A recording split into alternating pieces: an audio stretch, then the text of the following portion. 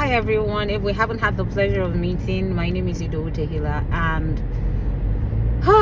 today I just want to dedicate this video as a video of gratitude and thanksgiving that I do not look like what I have been through. If only you knew.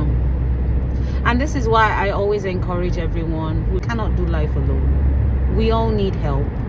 We need community. But most importantly, we need God.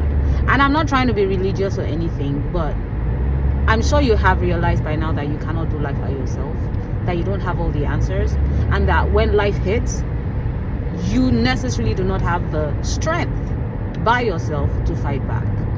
Okay? Today we're talking about the Israelites who just kept complaining. And one thing that really stuck with me, I'm going to share with us very briefly.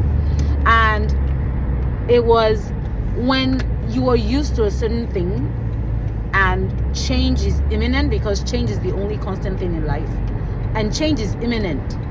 We kick against change and we go back to status quo. But the question is, how do you grow? How do you mature if you keep doing the same thing?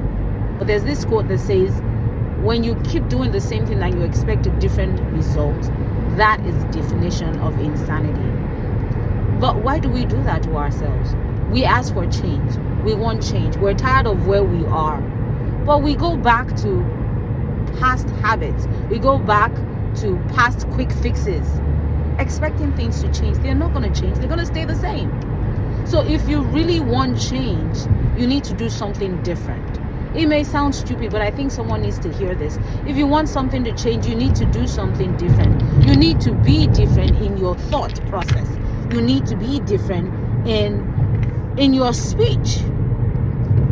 If you want things to change, you cannot continue to go back to your comfort zone. You cannot continue to go back to the things that are comfortable to you, things that you're used to. I mean, I heard a story today that was so funny. And it was about a group of guys who were trying a new cuisine.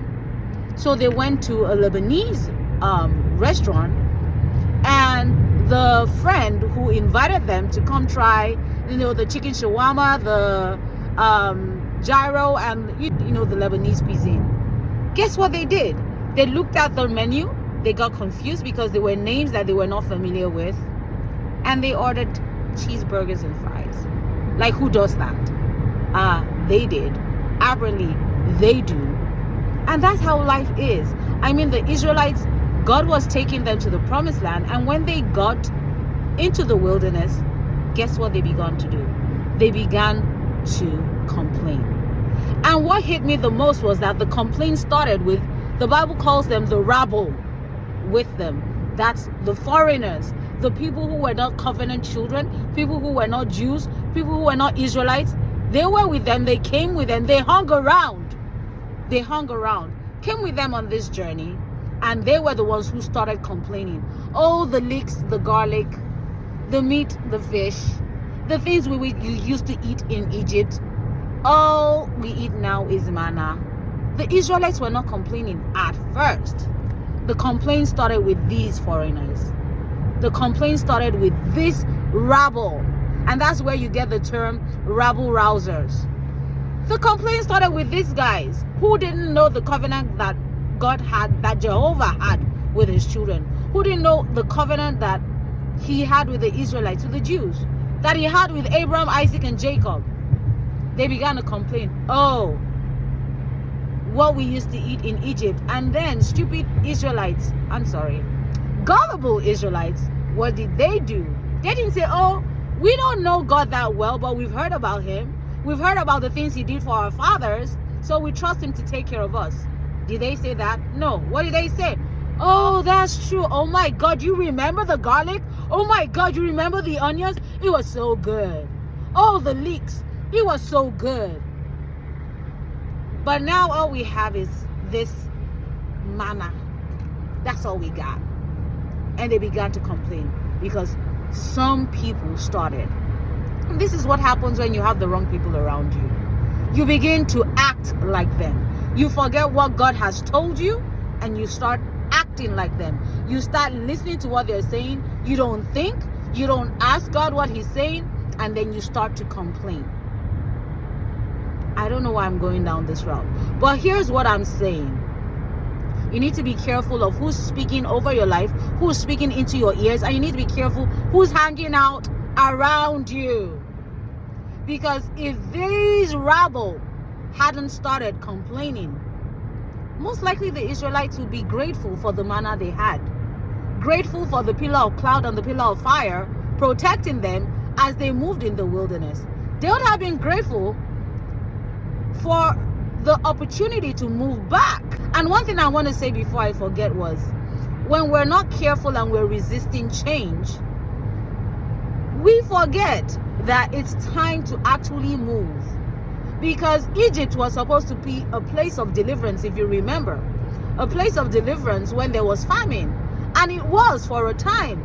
But they got so comfortable, they refused to move back home. And that's when their deliverance turned into slavery. Because the Pharaoh came that did not know them and made them slaves. If only they had moved. If only they had gone back. So don't stay too long in that place. God, I pray for you that God will begin to make you uncomfortable where you are, so you know it's time to move. Just like Elisha at the brook of Cherith, that brook dried up, and that was God's sign telling him, move. Because then God was, during the famine, I think it's in 2 Kings or 1 Kings, I can't remember, but God was feeding this prophet at the brook of Cherith. A raven would come with meat, come with bread, and the brook had water. But when God wanted him to move, I'm sure God knew that if he told him to move, he wouldn't listen. So what did God do? God made that brook dry up. And when the brook dried up, he knew it was time to go. So my prayer for you today is, if you refuse to move, God will cause that brook to dry up, so you know that it's time to move. Because that's exactly what happened to the Israelites. They were in Egypt. God saved them from a famine that ravaged the whole world. But when it was time to go back home, what they do? They didn't go home. They stayed. Well, Joseph was wise. His father was wise. He insisted, you must not bury my bones here. Take my bones back, which was their cue to let them know there'll be a time when you need to go back. But did they go back? No, they stayed until God had to remove them. Because then slavery had come, the bondage had come, they were suffering, and so it was time for them to move. What am I saying? This video is getting long. This is what I'm saying. Don't get comfortable. Ask God, what's the next step? If God is moving you, get your butt up and move. Don't stay in the familiar. Don't stay in your comfort zone. Move. God has greater for you. He has better plans for you. And those plans will not happen if you are in your comfort zone. This is all I got for you today. Thank you so much for listening. If my videos have blessed you in any way and not harassed you, please share, like, subscribe on any of my social media platforms that you come across. Again, my name is Ido Tehila. It is my pleasure and my honor and my privilege to be a blessing to you every time I have the opportunity to. Have a wonderful week. I appreciate you, and keep me in your prayers. Remember, I don't look like what I have been through. And God is fighting for me as He is fighting for you. And He has given us the victory. Never forget, you have victory. It is not a hopeless cause. Have a blessed week. I love you.